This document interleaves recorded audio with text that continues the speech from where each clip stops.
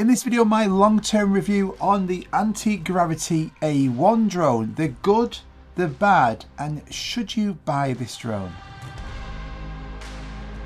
So the AntiGravity A1 drone, this was launched in December 2025 and it's something that we just haven't seen before, a 360 camera drone. But I think a lot of the confusion at first was about the actual name. AntiGravity. Is it an unheard of brand? And that's what confused people. Well, it is incubated from Insta360. So we have the same technology, the software. So a good way of thinking it is, if you have like one of the X5 or X4 360 cameras, these are like the best 360 cameras that you can get for on the ground.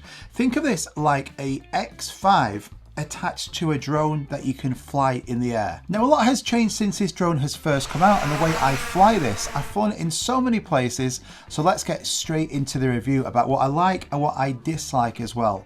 But we're going to start the video on a positive note, so let's get into the good points first. So the first point is the experience, and that's to do with these goggles. Yes, I mentioned in the initial review I did on this drone about how these goggles are really cool. They've got all this tech on the front of them, and that's all cool. But it's the actual goggles themselves which change this drone unlike anything else. So when you put normal FPV or drone goggles on, you have a fixed view inside of you. So it's basically just like looking at your phone screen.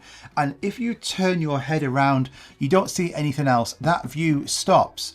But with these goggles here, when you're flying the A1 drone, the view doesn't stop. It's a full 360 view. So you can go to a location, you can look forward, you can look up, left, right, down, and that view continues. You can even turn around and you get a full 360 view. It's absolutely mind-blowing. So I've been going to all these cool locations on the screen, and a lot of the time I'm going there just to experience what it's like to be this like bird in the sky. So this location here, I'm over a volcano, so I just stop the drone. I'm not even bothered about filming whatsoever. I'm just looking at the environment in complete awe, and by having these goggles on, because I've got this full 360 view and they're nice and detailed on the screen so I can see everything really clearly and sharp, it's absolutely crazy. And if you give this to a friend or family member who's never experienced this before, they're going to be absolutely like, what the hell is this? It's crazy. This here, I think, with the goggles, the experience that you get is unlike anything else, and it's the best part of this A1 drone. And for that reason, when I go to these locations, I'm not even that bothered about hitting record. That's like a bonus to be able to capture 360. To be able to see the locations that you're going to with a full 360 view that doesn't stop, this is absolutely bonkers. So just think of it, if you pick up this drone, have a think about locations that you could possibly go to or locations that are near you, and just think, right, I need to go there just to experience this in full 360. It's crazy. But that said though, we do have two cameras on this drone that can capture full 360 8K content. So that means that you're not having to worry about different drone angles, so different moves to do, orbits, rotations, reveal shots, because this is capturing everything 360 degrees, left, right, up and down, everything is being captured. You don't see the drone, you don't see any of the propellers, all you see is that full environment. So then afterwards you can go into your phone or your computer and you can just drag around and choose the exact angle you want to do. So you can then fly this in the most simplistic of ways. So when you go to these locations, you can get your drone and literally just fly it straight forwards, and it's capturing everything 360 degrees. And the next thing I like about this is the size and weight of it. So it weighs under 250 grams. It fits into this nice little case. And that means that you can fly this in more places around the world, less restrictions, closer to people, closer to buildings, even over people in certain countries. And just look how small it is.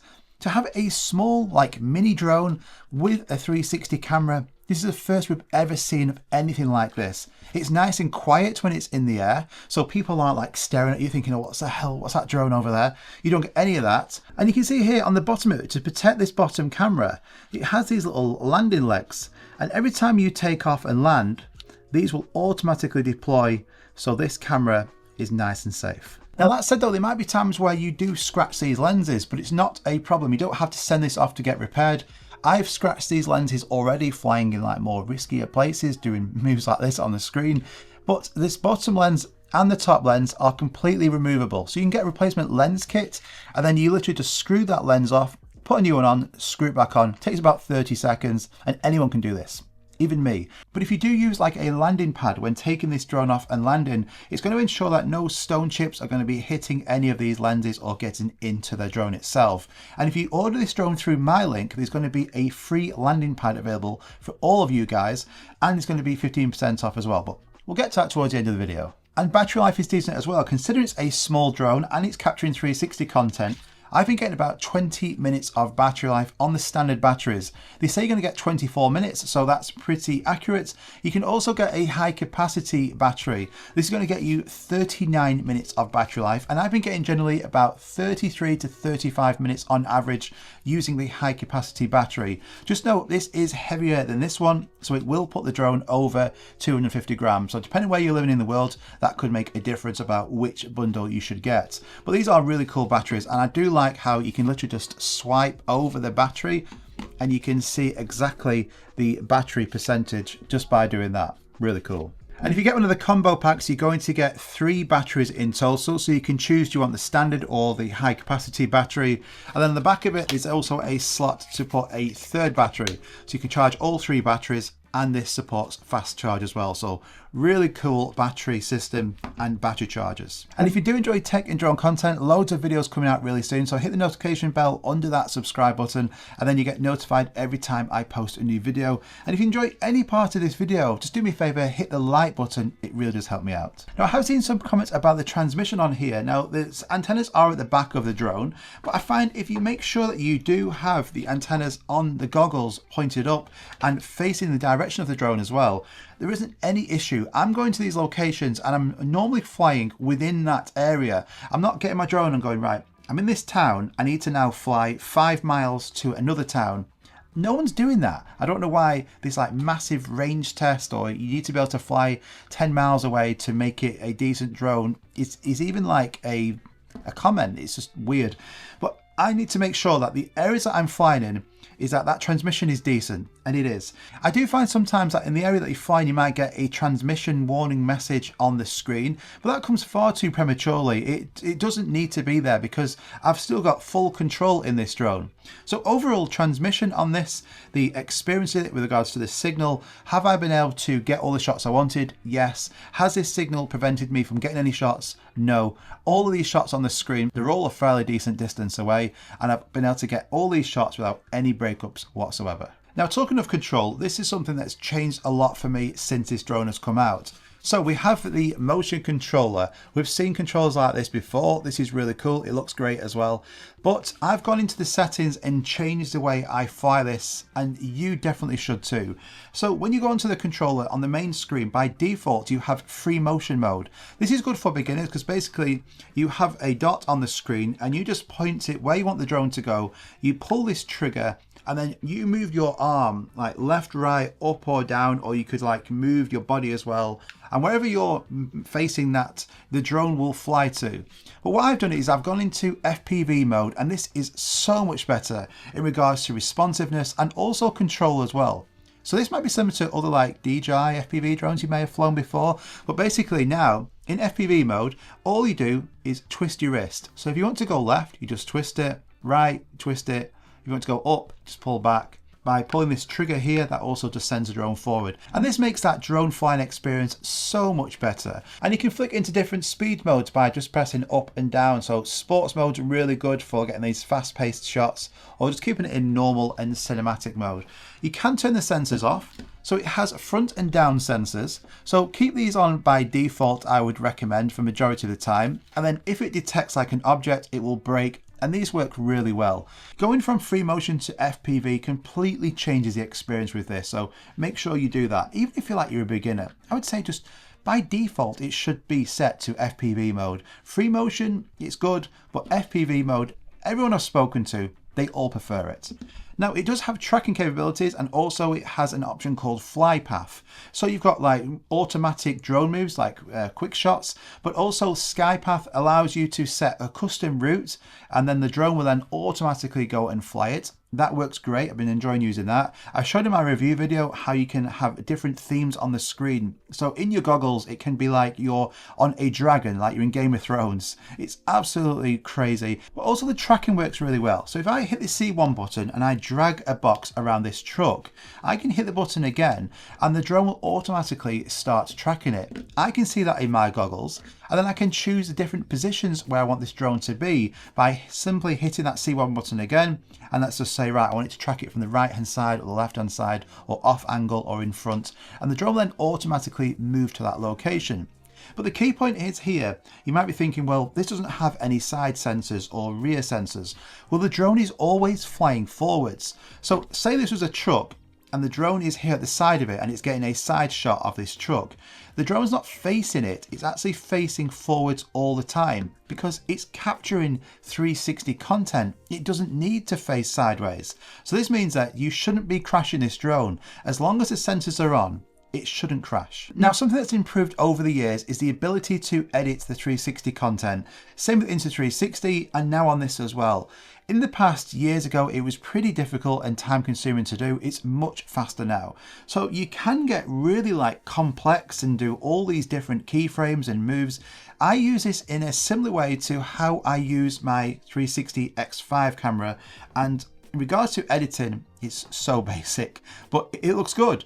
So you can do this on the Studio app on your computer, or you can use it on your phone as well. Most people just choose to use it on their phone. So you view the files and then you can just literally drag your finger on the screen to choose the angle. And every time you move your finger or your mouse, you will see a different 360 view that this drone has captured. So say I'm flying in this location now. So all I do is hit a keyframe, and that's going to make sure that the drone is facing in that one direction. But now I want to actually get the drone to show more of a side view or a rear view. All I do is drag my finger or move that mouse to the view I want and hit the keyframe again. And that is it. I go back to the start, I hit play, and now it's going to automatically go from a front view to a side view. There's nothing complex here whatsoever. You can get really advanced and do loads of keyframes, or keep it nice and simple. But if you don't want to do any editing whatsoever, you can just click Auto Edit AI and it will edit all of your clips for you. But also I find if I'm tracking like a person, a moving object, a vehicle, I can just click Deep Track and it will automatically do all the keyframing for you and keep that subject locked perfectly centered. So that's what I'm using all the time, especially for shots like this. And capturing in 8K means like when you go to export it, it's in 4K. I think the detail and quality that you're getting from this end result on the screen looks great. Now all the shots on the screen are using my video LUTs. I'll put a couple on the screen now without the LUTs, and you can see it still looks really good. Now obviously it's not going to match the quality of say a Mavic 4 Pro, but I've been really impressed with the video quality coming from this, as you can see from all of these shots. And photos are great because you can take photos on this, 55 megapixel photos,